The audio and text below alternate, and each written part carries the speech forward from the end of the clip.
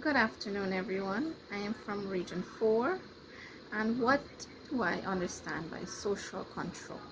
Now, we are in a state of pandemic, due to the COVID-19, and as everyone knows, school is closed, the tourism is down, business is down, jobs are down. Now, for my understanding for social control is when you hear social, you hear gathering, people interacting. And due to this pandemic, social control is very important. Now, if you're going to go out, you say you're going to the market, you're going to shop for something for the home, anything to do with stepping out of your house, you try not to be close to people, as they would say, 3 feet to 6 feet. You try not to allow people to come next to you without a mask, without not even knowing if they're sanitized. You try not to get close to people. You try to avoid being into crowds. So it's allowing you to control yourself to be next to a person that you may not know. Even to the sales rep, you have to be far away to speak the 3 feet, 6 feet distance. You must always wear your mask when you're going to speak to someone. People may not know they have the virus. So for your safe protection, you wear your mask, you sanitize, you keep your social distancing. So that's the main thing. Keep social control. Keep yourself away from interacting with people close. Do what you have to do, and you get back home. You sanitize. You have to take care of yourself. Second, what can schools do to maintain social control? Now, schools are presently out. We're on online classes. I have 3 children. They're in grade 1, 5, and 7.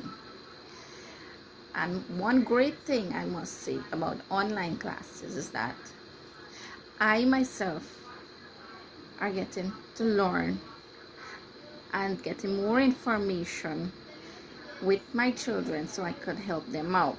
I would sit in with their classes. So I learn along with them.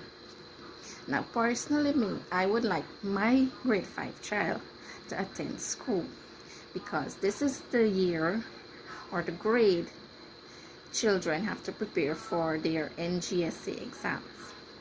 What school can do, or what I expect if the school would allow the grade 5 and 6 to attend, is that they can have each child 3 feet to 6 feet apart.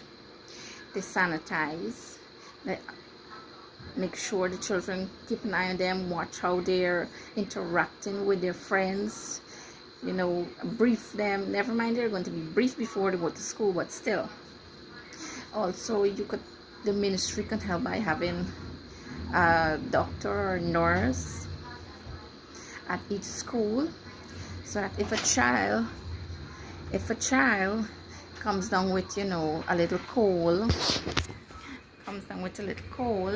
that there is someone there to assist them.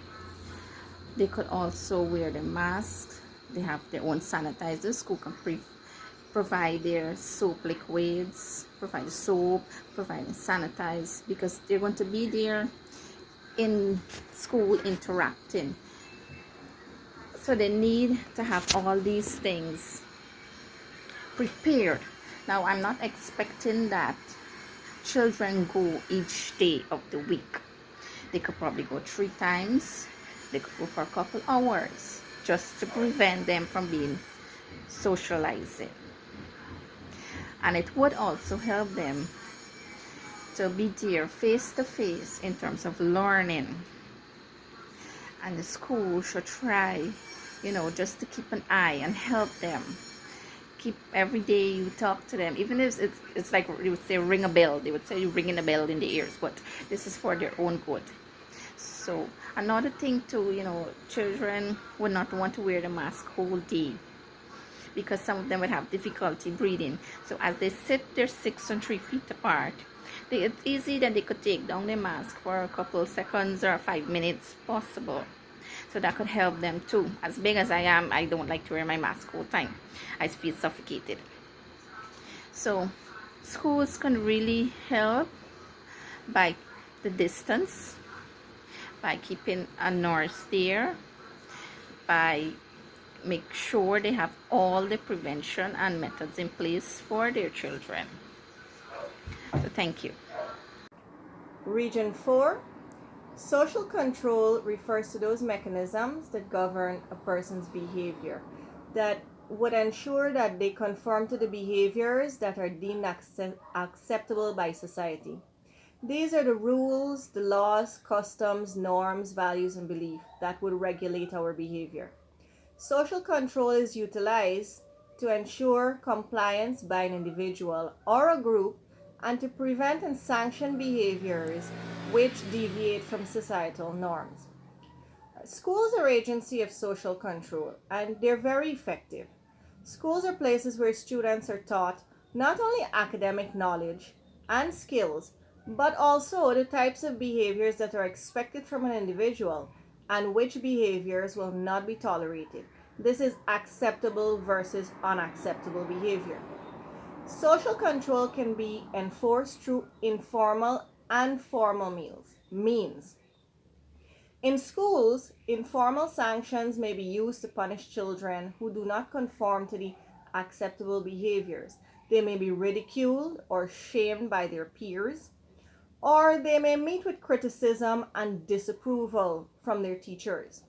In other instances, students who do not conform to the acceptable behaviors may be given formal sanctions such as detention, suspension, extra homework assignments, or even manual labor such as sweeping the hallways.